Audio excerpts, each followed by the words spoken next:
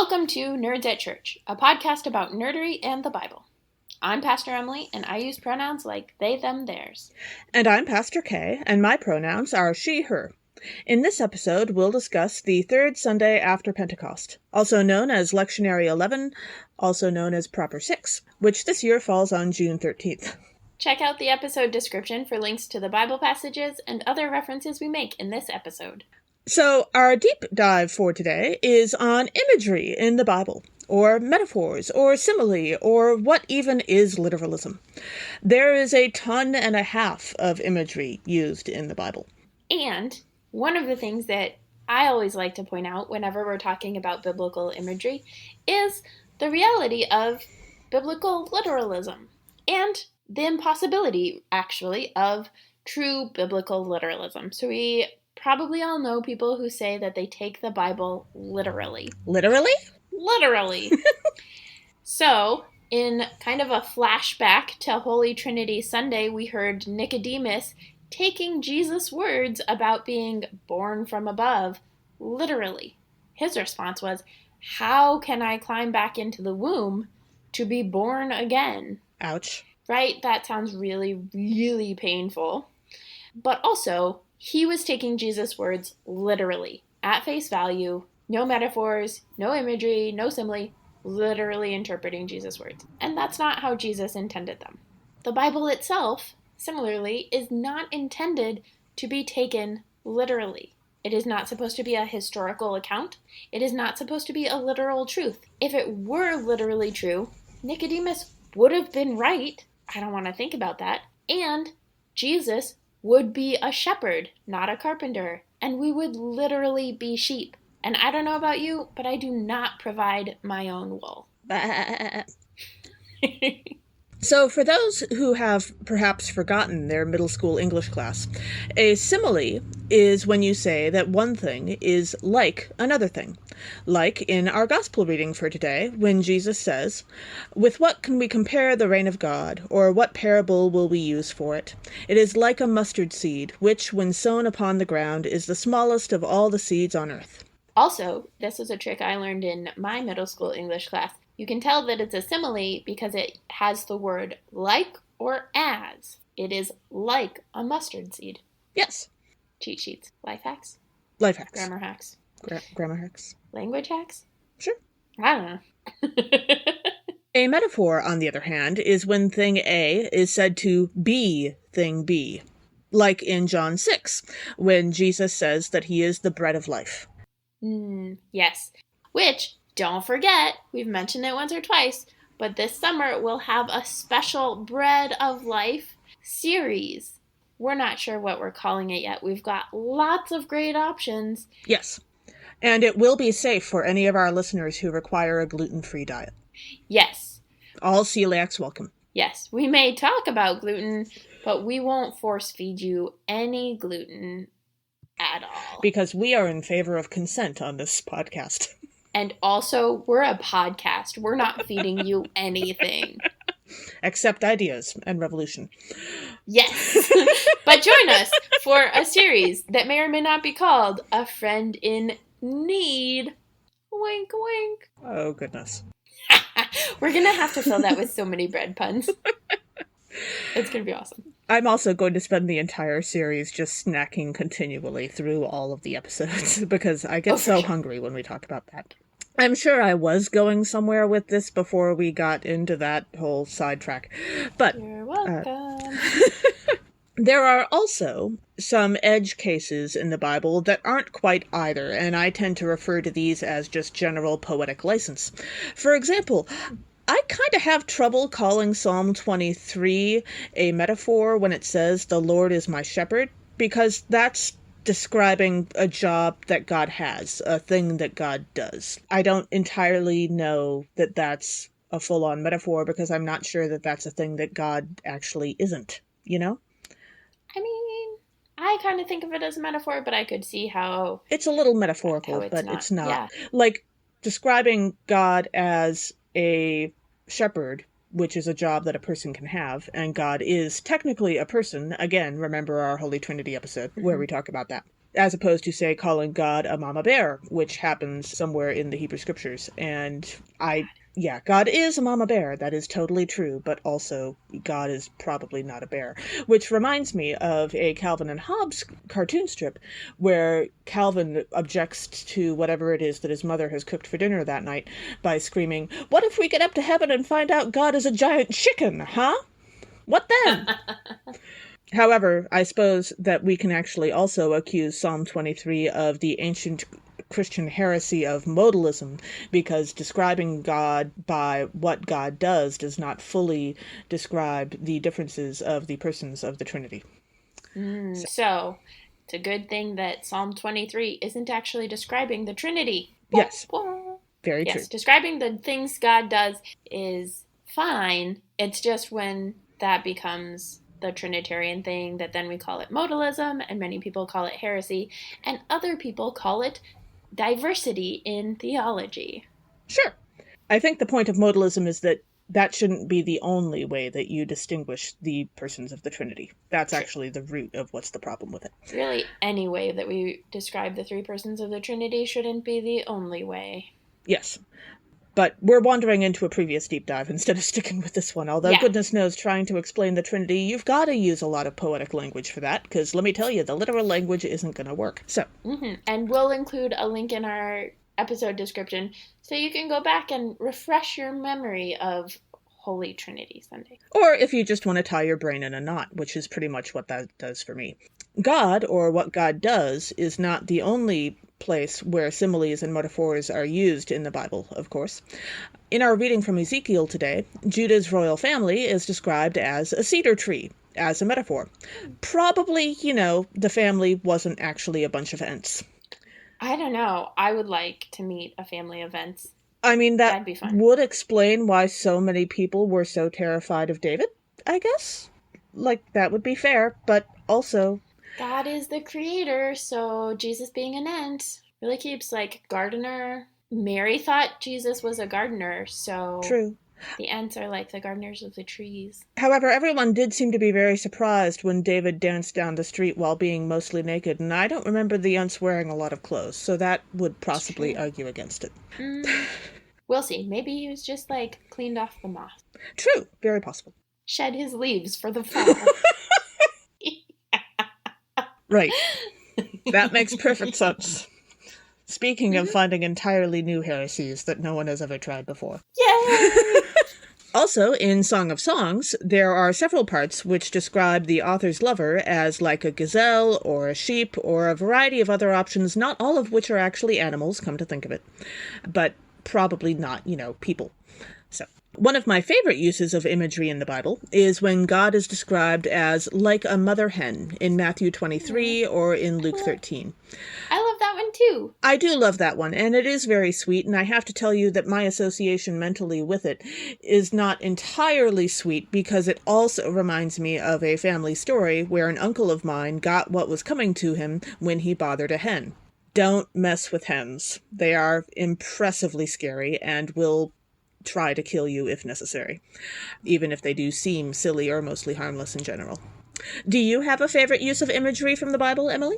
Why, yes, I do. I have many, but one of the ones that I love to go back to is from John chapter 1, when we meet Jesus as the Word made flesh. Yes. So the word, or logos in Greek, connects with, not only is the imagery of Jesus as the spoken word, but also connects with the Hebrew Sophia, which is wisdom, woman wisdom, who we get a lot of in Proverbs in particular. And so that sort of imagery and the gender bendiness of the imagery always makes me really excited. And then we get that the word comes and dwells among us, or as it is also frequently interpreted from the Greek, that the word pitches a tent among us. And I love that imagery. Yes. On a number of levels, some of which are appropriate for children and some of which are not.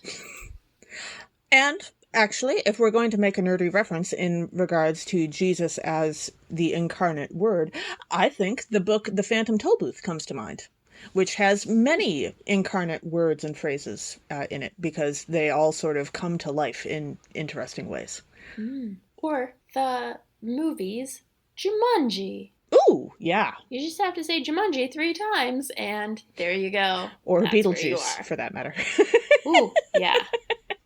And the other thing that our discussion of poetic language in the Bible reminds me of today is a comment from one of the Anne of Green Gables books. And I have to say, I don't entirely remember which one, but it's definitely one of the later ones because she's talking to her 7-year-old semi-adopted brother, Davy, and he doesn't show up for quite a while. He is not in the series. The TV series that was on Netflix for a while, Anne with an E.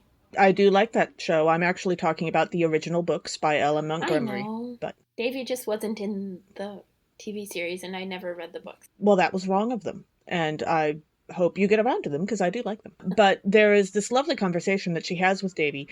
In the 1800s, there was a whole argument about whether or not Christians were allowed to read fiction because fiction was understood to essentially be lying.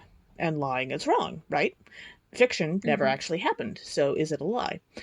And it's sort of danced around in the books, I think, partly because the author did not really want to get into it with her readers. And, she was writing fiction. I know, I was like, and she was writing fiction. Like, the whole thing was fiction. But an argument about fiction in a fictional work would be pretty meta. But at one point, Anne has this conversation with this 7-year-old, at the time, Davy, about fairy tales. And when she says it, she's including stories like Hans Christian Andersen or the Brothers Grimm or anything like that, not just ones strictly about the semi-magical world in the Celtic or British tradition, but like any kind of fairy tale. The thing about fairy tales is that they may not have literally happened, but they do contain truth. They always contain some sort of message that is applicable to real life, and generally, stuff works that way. Moral is not quite the word I want to use for it because it's not usually a you should do this or something bad will happen or you're a horrible person, that kind of thing. It's more along the lines of if you are kind to strangers, that will probably in the end work out well for you. That sort of thing. And so they contain a lot of truth. And so she has this surprisingly nuanced conversation with a 7-year-old about what does truth really mean. And I've always liked that conversation. Nice. So just because the Bible does not 100% only describe things that literally happened or are literally true, doesn't mean that the Bible itself isn't true. Frequently, the deeper truths are not the ones that are literally or factually true. Yes. And if we try to reduce it to that, we lose a lot. So don't get lost. Have a poetic imagination. Yes! As we dive into our readings for this episode, our first reading is from Ezekiel chapter 17, verses 22 through 24. God declares the creation of a new sprig from a cedar tree, the symbol of Judah's royal family. This new tree will welcome all kinds of birds to its branches, symbolizing the new member of that family that will rule over all creation. So a theme that is evident in this passage is the theme of new growth. Right? God is talking about the new growth of the sprig from a cedar tree and the new growth in the royal family of Judah. But it also reminded me of the end of Battlestar Galactica when finally the humans and Cylons together find not Earth, but another place that they call Earth, with people without very much technology who are just starting to be using tools more and to be more verbal with each other. And it is this new opportunity not only for the community that is already on this planet, but also these humans and Cylons who are moving to this planet to try again, to try to be and do better, and to grow as communities and as a society into new ways of being, which is kind of a beautiful thing. And there's like the final scenes of them in like grasslands and beautiful places. Awesome. In verse 22, we read, "Thus says the Lord God, I myself will take a sprig from the lofty top of a cedar. I will set it out. I will break off a tender one from the topmost of its young twigs. I myself will plant it on a high and lofty mountain." So, I've recently been working my way through the October Day books by Seanan McGuire, and the audiobooks are fantastic, by the way. And in the second book, we meet April, a dryad whose tree was destroyed by condo developers. A dryad is a magical being who basically sort of lives in and sort of is a tree. Like, Oh, they have a okay. special relationship with a particular tree, and their life is tied to it. And so when her tree is killed, Ooh. she is not quite killed, but she is definitely about to die. Mm-hmm. And the other dryads in the neighborhood whose trees were also destroyed by the condo developers basically give up. But she grabs her biggest branch that she could find Mm. and she ran. And eventually she finds a woman named January who Hmm. didn't Are they know. all named after months? That later turns into a plot point, but we don't know why yet. Okay. Technically speaking, I don't know why yet, except that the other thing about this series of books, I do very much enjoy it, but I recently realized that I only have access to about half of the audiobooks. And Mm. reading the book as a like ebook instead will be fine, except that it uses a lot of Celtic lore in it, and that means that none of the words are pronounced at all like they're spelled according to the rules I'm used to. So I have actually started going online and looking up some of this stuff so that I will be able to recognize the books when I get to the point that I don't have access to the audiobooks anymore, and I'll be able to know Mm. what she's talking about, which is a long story. But so April grabbed the biggest branch she could, and she eventually found a woman named January, and yes, they're named after months, and that will be explained later. And January knew nothing about trees. January was a computer person. And so instead, she saved April by making her the first cyber dryad in the universe, as far as Mm. they know, magically planting her branch in a server. Huh. And so April changed, but she also lived. She survived. And this makes me think of how when God takes that sprig from the cedar tree and plants it on a mountain, that reminds us that Judah's royalty, what it looked like and how being royalty worked, changed with Jesus. Just like how, of course, a tree is going to change if you move it from sea level to a mountaintop. Right. Also, Ezekiel was not talking about Jesus. No. Ezekiel was talking about just like the future of Judah's royal family, which also changes, Yes. right? Significantly. As Christians, we understand it changing particularly with Jesus. But every new generation changes. You can look at, Prince Harry and Princess Meghan, Duke Yes. and Duchess, whoever they are. They're not royal anymore, but they are royal. I don't know. They're changing from the generation before that, from the generation before that. So, Absolutely. all the changes. In verse 23, in the first half, God says, "On the mountain height of Israel, I will plant it, the sprig of cedar." And first of all, as a Coloradan who grew up in the mountains, there is such a thing as above tree line. Yes. So, presumably, in this case, God is talking about some smaller mountains that don't have a tree line yet, because if God planted a sprig of cedar above tree line, that sprig of cedar is not actually going to grow. Except that this is God. And if Except God that wants this it to is, grow, then I think it can grow. okay, except that God has created rules like, science that govern the universe, and God tends to follow God's own rules. Except for when God doesn't. Like, for example, the resurrection. And Yes, possibly but Jericho. okay, yes, but not actually clear on Jericho. And making a sprig of cedar grow on top of a mountaintop does not seem like the kind of cosmic thing that God actually would break the rules for. Just saying, I mean, don't go trying this thinking it's going to work. Jesus cursed a fig tree, so maybe God planted the cedar tree and made it live in advance because God knew that Jesus would eventually kill another tree to sort of even things out. That is not how it works. And also, this is not literal. God is not actually planting a sprig of cedar on a mountain. God is metaphorically planting a sprig of cedar on a mountain. Were you there for the deep dive? I'm pretty sure you're the one that talked about this, Kay.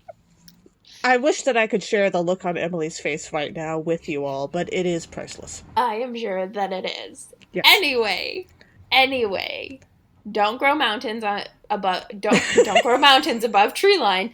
Don't try and grow trees above mountain lines. Don't try to grow trees on mountains above tree line. But what this actually made me think of in the having the top of a mountain, and I actually pictured the stump of a tree because in my head I was connecting it with the stump of Jesse, but planting a sprig on top of the mountain reminded me of in Moana, each chief on the island puts a rock on top of the pile of rocks of the chiefs before them that's at the highest point on the island. So each chief, the island grows a little bit and is a little bit higher. And that's what Moana is supposed to do next. And what she ends up doing when she goes out to be a sea voyager or a wayfinder is that she actually puts the seashell that the ocean presented to her. She puts that seashell on top of the rocks instead of a rock itself. And so that was just like this beautiful little thing. I do love it. In the second half of verse 23, we read, "Under it every kind of bird will live, in the shade of its branches, with nest-winged creatures of every kind." Okay, this might seem like a little bit of a jump, but recently I learned a new keyboard shortcut, which I am finding especially useful for making this podcast. As a part of preparing for each episode, I copy-paste bits and pieces of the verses that we're referencing into our planning doc. And the planning document has a very specific formatting setup in order to help Emily and I keep our places and know where we are and know what's going to happen next and all that.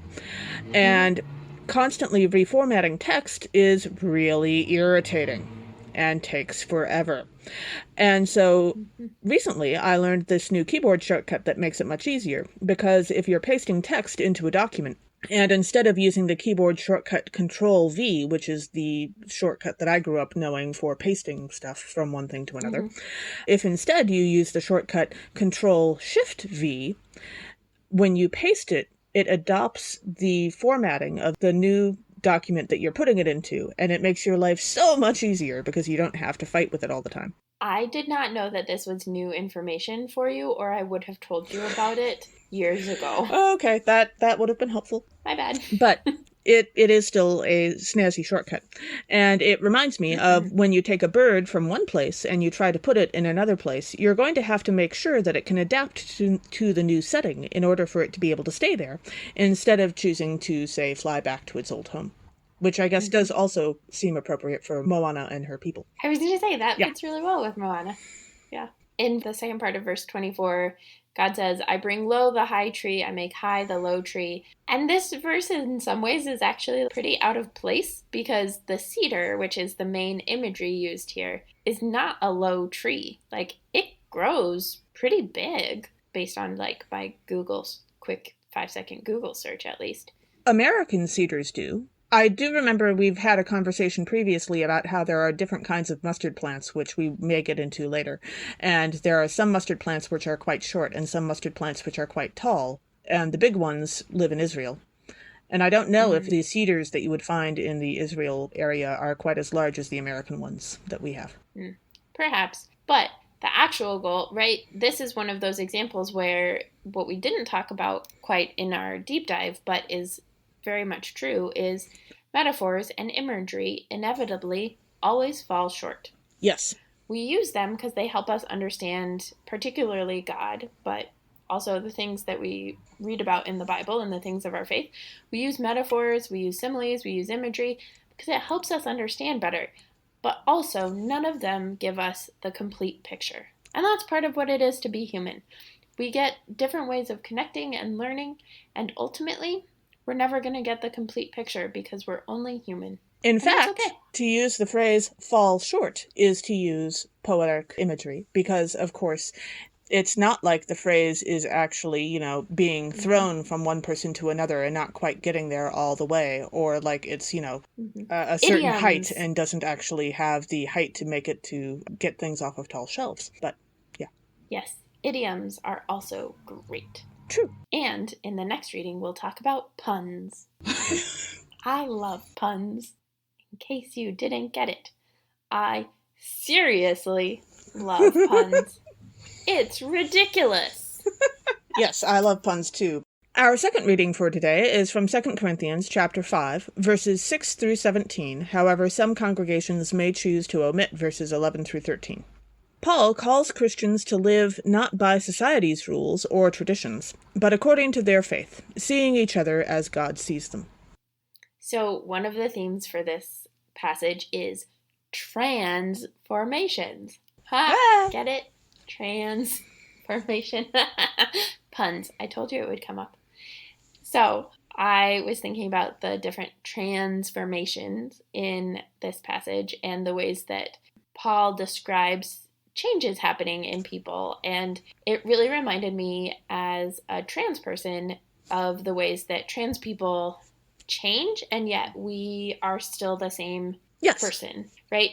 And I think a lot of trans people have this approach when they come out to loved ones of, this is my new name and these are my pronouns now, but I'm still your same child, sibling, parent, friend. Yes. And I think there are ways that that's helpful and there are ways that that's harmful, right? There is a difference when trans people come out and we want different pronouns or different name or whatever the case may be. It's because there is a difference that maybe has been inside us the whole time and we just haven't been able to express it. But there is a difference and people need to know and respect and honor that difference.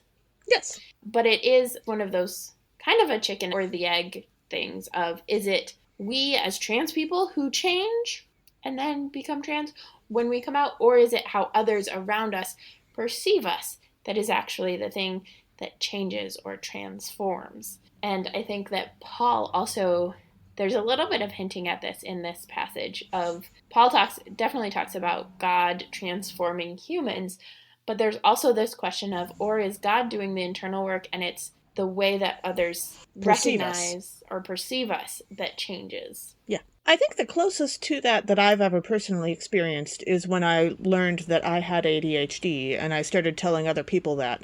And it changed their perception of me, but it also changed their perception of my past. Because I've always had ADHD. It's just I didn't used to know that, and neither did everyone else. And so suddenly a lot of things made sense. Yeah. It's like, oh. But I didn't change. It's just that, my understanding of myself and their understanding of me changed. Yeah. I've always had certain mannerisms and proclivities and liked particular things. Sure. But I didn't have language for it. Right. And so it wasn't until a few years ago that I started identifying as non-binary and agender and trans. And actually, my understanding of myself as demisexual, pretty much the exact same thing happened. So. Yep. In verse 6, we read, "So we are always confident, even though we know that while we are at home in the body, we are away from God." This kind of duality and somewhat false binary reminded me of some of the Doctor Who aliens. So there are a variety of different aliens throughout Doctor Who who make their homes in human bodies. So the Carrionites from the Shakespeare episode are one of them that look human, and then the reality is that they actually aren't. The Saturnins, which is in the vampire episode, so they appear to be vampires because they have this thing that like creates a different image for people. And then the Tenza, which is like from the Dollhouse episode with the kid who had the nightmares. And so it's just these different characters that at the beginning of the movie are at home in bodies, but are actually like not at home in bodies. That's actually being away from who they actually are. Yeah. Or the people from Raxacoricophalopatorius, the lizard people with the skins, the people skins. Oh yeah, that's the one I was trying to think of and I couldn't remember who they were and they didn't come up in a Google search. I'm just really impressed that I managed to pronounce Raxacoricophalopatorius correctly without having, seen that episode in a couple of years. But. Yeah, and on your first try. Yep. And on your second try. Very impressive. That was the ones that I was most thinking of, though, because I was like, and then they just, like, zip off the skins and they're at home in their own bodies instead of being away in human bodies. Exactly. Mm-hmm. In verse 10, we read, "For all of us must appear before the judgment seat of Christ, so that each may receive recompense for what has been done in the body, whether good or evil."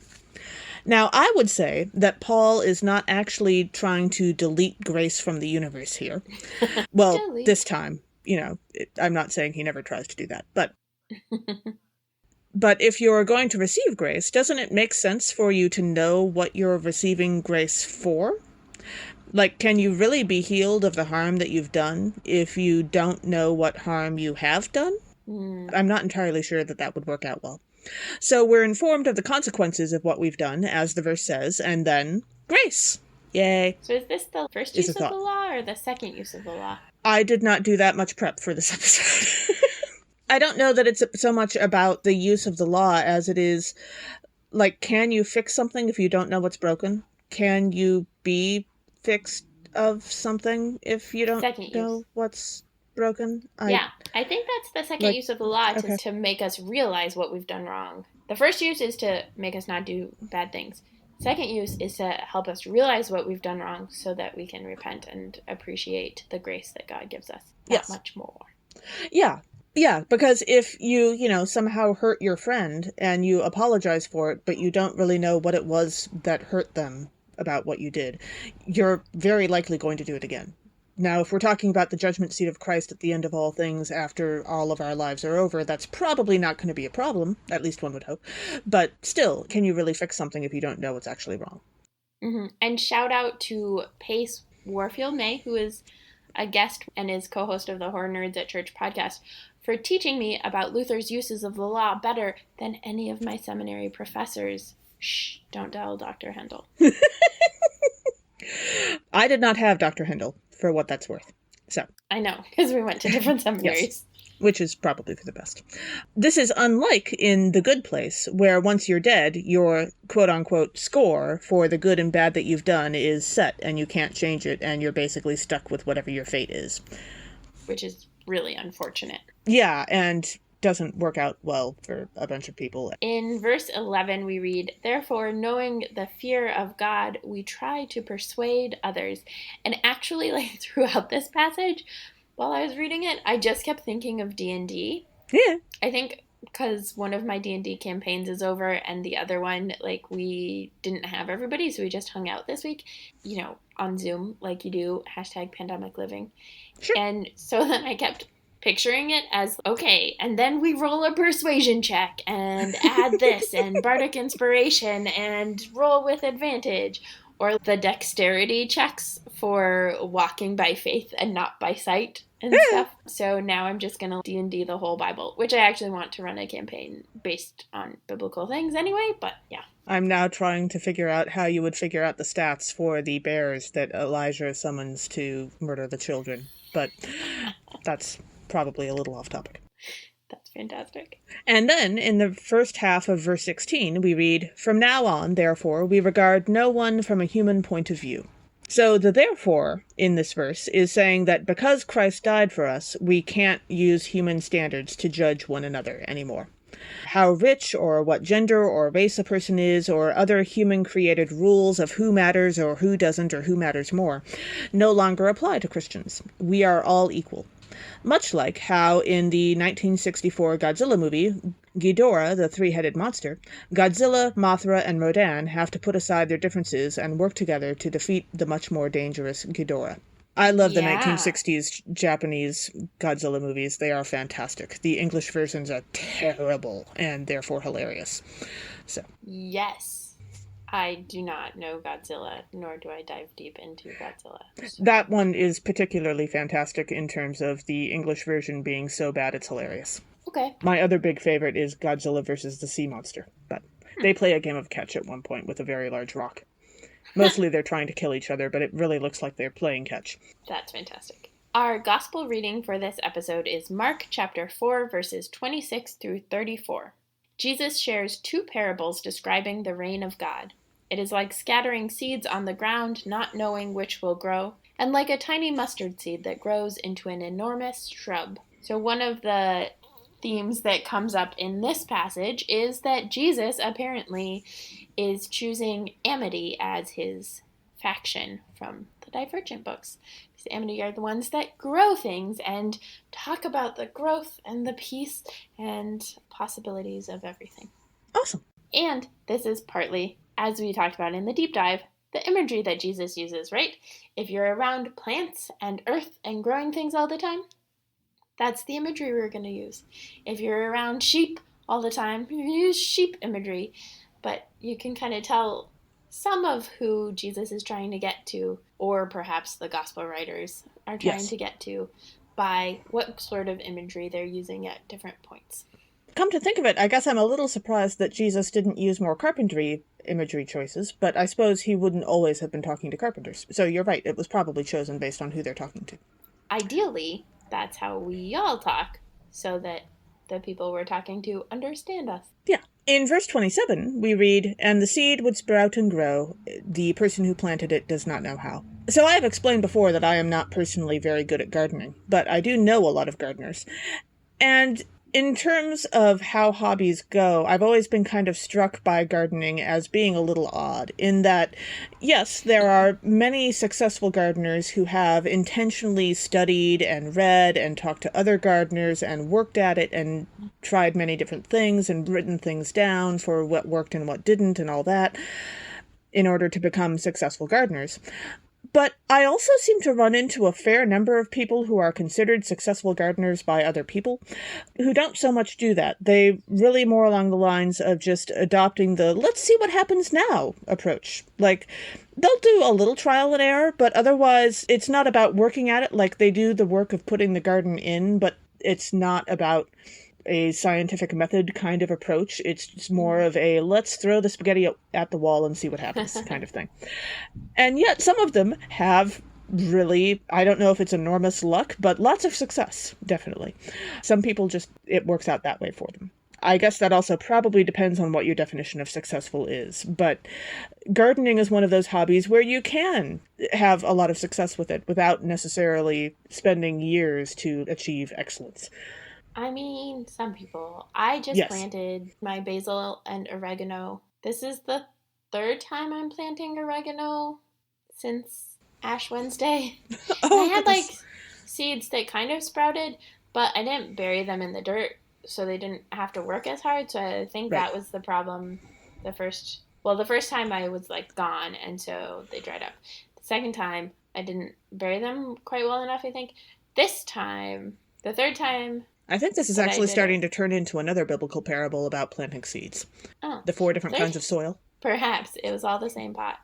The third time, there's one that's growing, so I planted in 2 other spots. But I planted like a whole bunch of oregano in different pots, a whole bunch of basil, and now they're outside so that even if I'm not here, they can potentially get some rain. Sure. Here's hoping. I just love to have lots of pesto. And I had a great basil experiment last year, and then only like half of my basil came in, and it was never enough to really make good pesto in the quantities I needed in. Yeah, so. And I mean, if you plant, like the plants mint or rhubarb are both known in some areas as being almost impossible to kill, but if you plant them in areas that really don't suit that plant, they will die immediately.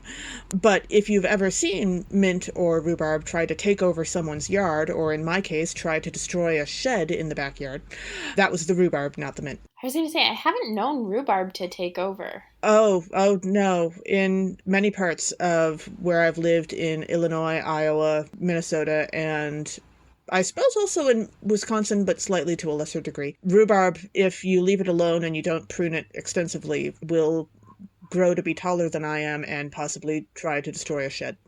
So why would you not prune it? How do you harvest it? Sometimes rhubarb just grows wild, and you don't necessarily realize it's there if you don't wander back to that part of the yard before. I would do it on purpose. Oh my gosh, I have this recipe for rhubarb sauce that's so tasty. I'm not saying I don't like rhubarb, but like also sometimes it's your landlord's responsibility to take care of it and not yours. And yeah, but then you don't get to eat it. Well, also, rhubarb has a fairly short life for, where you can harvest it, and then after that, it's just, hacking at it with a machete, and you're never going to be able to eat it anyway. But what?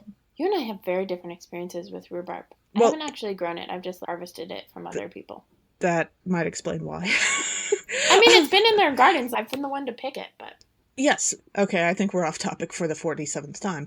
But the thing about rhubarb is that there's a time when you harvest it and it's wonderful, and then after that, much like, say, apples, it will go kind of mealy and seedy. Especially once it gets like really big and thick and you get those really enormous stalks of it, which are the kind that tend to try to eat your backyard sheds. I mean, you probably could eat it, but I wouldn't really want to. Gotcha. There was a rhubarb festival near where I was when I was in Minnesota. I went one year. It was quite fun. Great. I like rhubarb. I'm now thinking of the time when My dad had rhubarb growing in his backyard, and he loved it, but he also knew how much work it took to keep it from taking over the yard. And my grandmother used to always come over and take some, and one year she said, you know what, why don't I just start growing my own rhubarb? And he tried to warn her. He did. But 3 years later, she was complaining about how it was trying to take over her backyard because she didn't want to do the work of hacking at it either. So... It is a tricky plant, I suppose. Any plant, given the right conditions, could be. Right, but like I said earlier, if you plant rhubarb or mint in the wrong place, it will still die. Like, they're not actually impossible to kill. They are just very, very fond of some very, very common conditions. Yeah, just be super careful with mint, because mint really is a weed. Yeah. And prolific when it is. Yeah. Speaking of weeds, yeah. Verses 31 and 32, we hear about the mustard seed, which is quite famous in Christian circles and biblical circles. But did you know that the mustard seed is, in fact, not the smallest of all seeds? Speaking of which, I just planted a smaller seed. You know what it is? Oregano. Oregano is smaller than mustard. Okay. Oregano is like almost microscopic. It's teeny, teeny, tiny seeds. Cool. But mustard seed is a weed, right? You plant it and then it grows like mint or like glitter.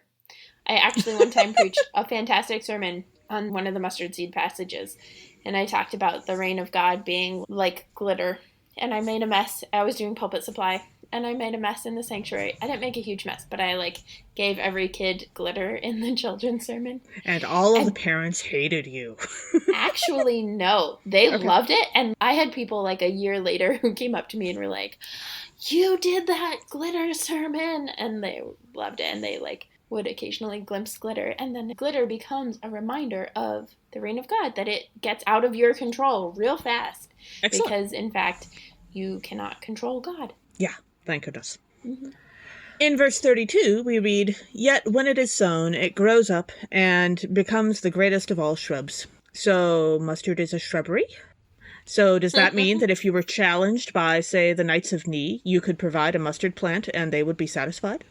I was wondering about that, actually, too. I think so. Monty Python is part of a steady diet, people. Absolutely. Mm-hmm.